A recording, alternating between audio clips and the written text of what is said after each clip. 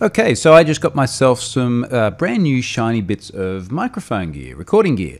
I was finding myself spending a lot of time doing recording, particularly content for Pluralsight, and I thought it was all pretty good. I thought all the gear I had was pretty good. It wasn't too bad anyway, and it was only when I listened to some of the good stuff that I went, oh wow, okay, so maybe there is some way better stuff.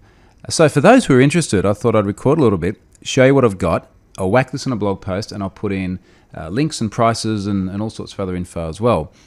But for reference, I'll run you through what I had to begin with. And for those that have listened to my courses or seen other bits and pieces of me, heard other bits and pieces of me, this is what I've been using. So I've had one of these Samsungs, a Samsung C01U. Now that has gone direct by USB into the PC. And that was okay. You can see I've got it on a little spider mount here, so I had a bit of shock absorption there, which was fine. Had a great big pop filter like this, which you could kind of mount onto this solid, very, very solid base mount, which would then sit on the desk. And one of the problems that I found I'd have is I'd keep bumping something. So I'd sort of have my keyboard over here, and then I'd move around and I'd bump a cable or something, and you just hear that little click. And it's enough that it would bug me and I'd want to edit it out or I'd want to do something else with it. So actually having the thing on the desk was a little bit painful. And even sitting on this great big spider mount, which I've since put at all sorts of awkward angles, you'd still get a lot of vibrations and things from the road. And I'm really interested to see actually how much we hear through this new mic, because we are near a road that gets a bit of traffic. And someone would go past on a Harley or in a truck and everything would just shake. And there's so many times when I've been editing my content and I've heard this and I've gone, oh man, do I just have to re-record it? Do I try and chop it out? Do I try and sort of level down the volume there if I'm not talking over it? And it was just painful. And in theory, now getting a sort of somewhat more distance between the hard stuff mounted to the ground that's shaking so much with all that low frequency noise should hopefully help some stuff. So looking at what I now have, and I'll run you through this on the screen as well, and again link into everything, I ended up getting an Electro-Voice RE320, which is what you should see right here. And I tried that when I was over at Pluralsight in Utah last month, and that was one of the highly recommended mics. So as opposed to a mic that just plugs in USB direct to your PC, this does actually have to go to a preamp, which we'll see in a moment, which means you get funky looking cables and all things like that.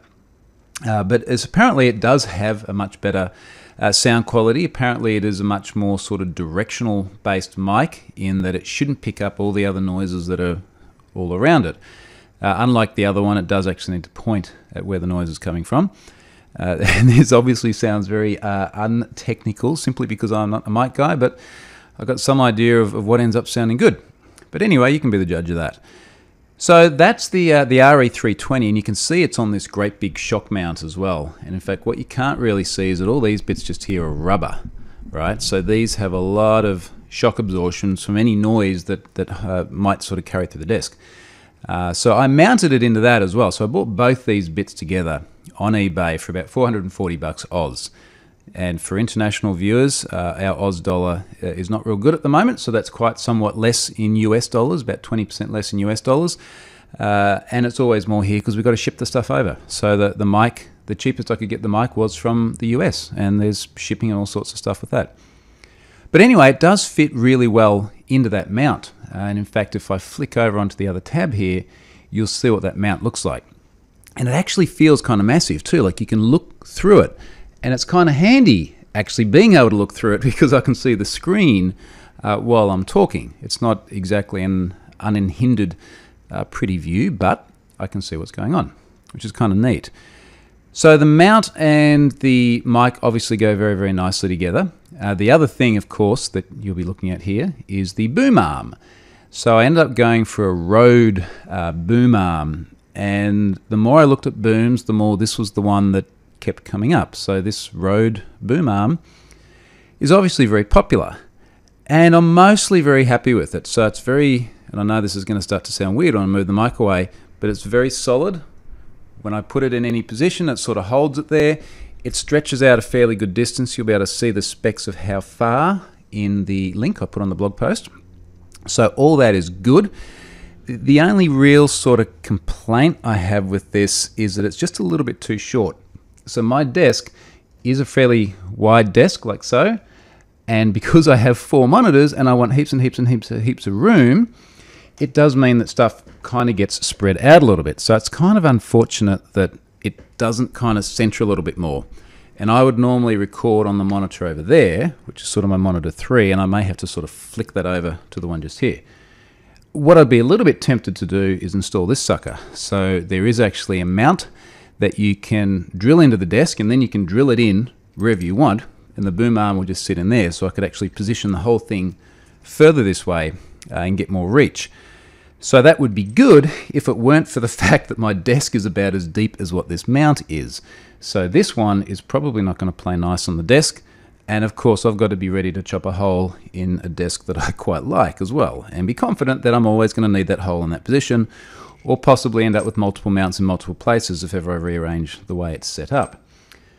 Last thing on the boom arm, it does fold away pretty neatly as well. So I can put this guy all the way over here.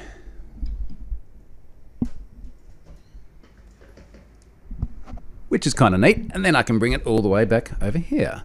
But the point is that I can get it out of the way.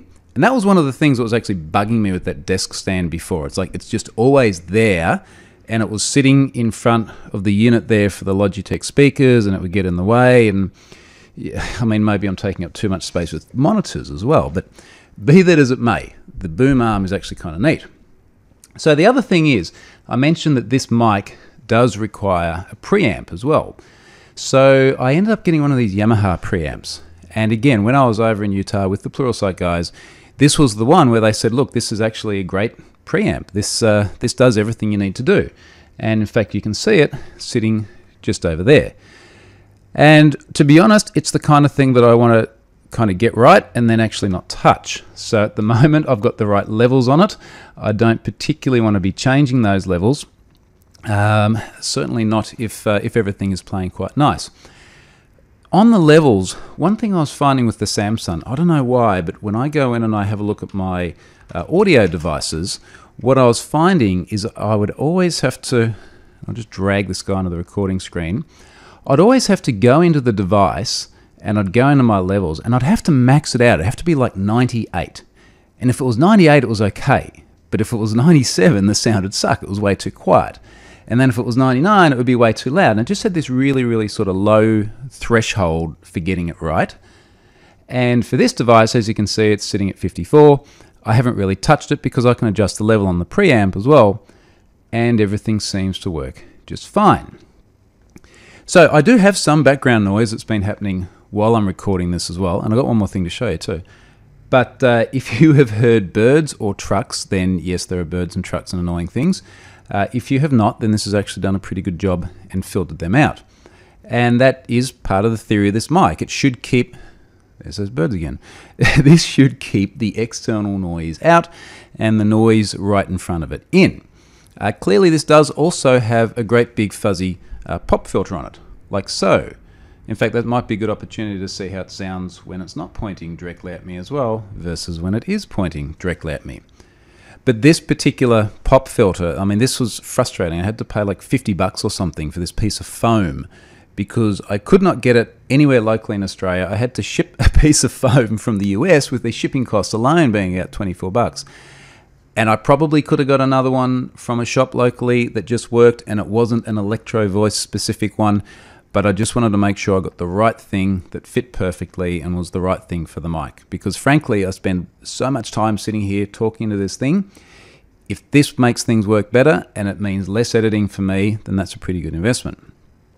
So a couple of other things. Upstream of the preamp, so between the mic and the actual preamp itself, I have a cloud lifter.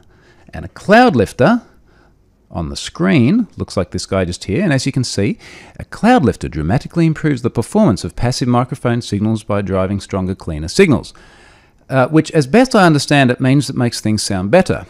And it was one of those things, again, where I don't know enough about it to know whether it makes a lot of difference or not. The reading I did on it said, look, the cloud lifter does help boost the signal a bit. It's meant to give you a cleaner sound. The feedback was positive, and again, whilst I was over at Pluralsight, this was another piece of kit they had. Feedback was positive, so I went, okay, look, let's just do it. And that was a couple of $100. So it's a couple of $100. It makes a positive difference. That's awesome. Now that guy then sits under the desk with my cables of hell,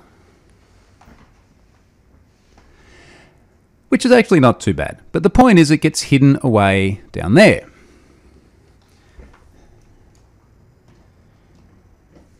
Now, to add to that, there are a couple of shiny red cables. I got red because, as we all know, red goes faster. And frankly, it just broke up all the black, which tends to get a little bit monotonous. But I got cables which are balanced cables, which also is apparently important. And inevitably, this hopefully sounds all right. I'll find out once I edit it all properly as well. But that's pretty much all the bits. So I guess everything together was getting very, very close to about $1,000 Oz. But again, when you're sitting here doing this all of the time, and particularly when you're editing and stuff gets into the recording that you can't get out, and you've got to go and edit again and stop everything you're doing and break your workflow, and it never quite sounds the same when you record the next day because your voice is different and the ambient sound's different and everything else. So for me, it's money pretty well spent. And again, look, really, I'm actually very, very happy with it all. So I'm really interested to hear how it goes with my next course, and when I've actually got noise around me that I've got to kind of try and chop out. But anyway, that's all the bits. I will put all of this in a blog post and put it up on troyhunt.com. And yeah, look, I think it's a pretty good setup for the money.